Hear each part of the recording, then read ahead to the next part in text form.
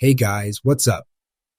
Welcome to the review of Meg 2, a monumentally absurd movie in which creatures from 65 million years ago are still living in the backyard of a recreational island without any evolution, in which they try to convince us that a human can swim in water 25,000 feet deep, in which a megalodon is hunted with a harpoon on a jet ski, in which I am sure this is the source of the script.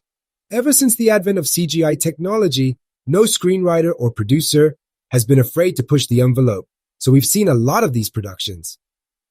Anyway, I don't understand how and who convinced this guy to act in such productions. I mean, I'm even against him being in Fast X. What the fuck is this? A Chinese man founded an ocean research institute. His dream is to discover the unknown and living creatures in the deepest depths. This guy, who I thought was a smart guy until this part, thinks he can command a megalodon with a button and establish a very close bond. This movie, which is shown as action, adventure, and horror, is actually a fantastic comedy. Let's get started. Riding 200 kilograms on concrete that anyone with a little strength can break with a sledgehammer does not make it stronger. Anyway, no strength-related feature of the suit is used in the movie. Why do you feel the need to introduce it? With this scene, the team goes on an exploratory dive after convincing us that they have completed all the preparations.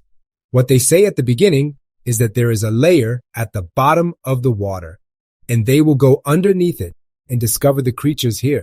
And the creatures here cannot go up from this layer. What they call a layer is the sea version of the cloud layer in the air.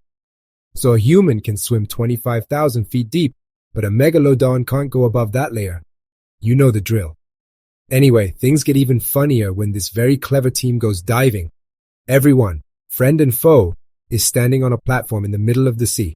Okay, you can't tell if someone is an enemy or not just because you're standing in the same place. But at the bottom of the ocean, where you've done 26 dives before, how logical is it that you can't see any of the stages while these people are secretly building a huge mining station below? Of course, when the miner detonates the bomb, there's a hole in the layer below. An octopus comes out. It doesn't fit in the frame. You can imagine its arms.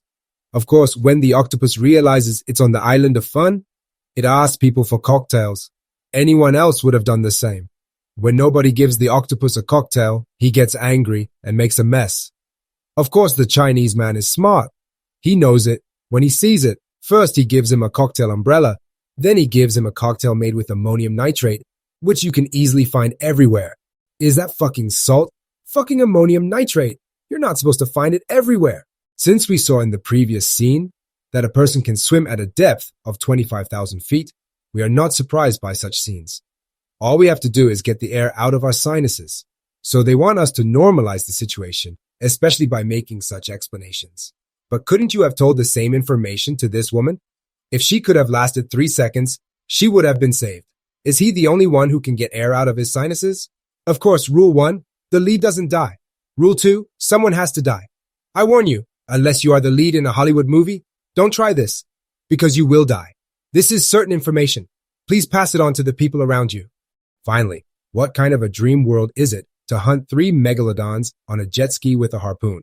Also, how come the harpoon, which falls to 1 after the second shot, becomes 2 again in the next scene? And how come the man who can shoot the harpoon at this distance cannot shoot the man in front of him with a fully automatic machine gun? You remember rule 1, right? You guys are great. If you liked the video, you know what to do.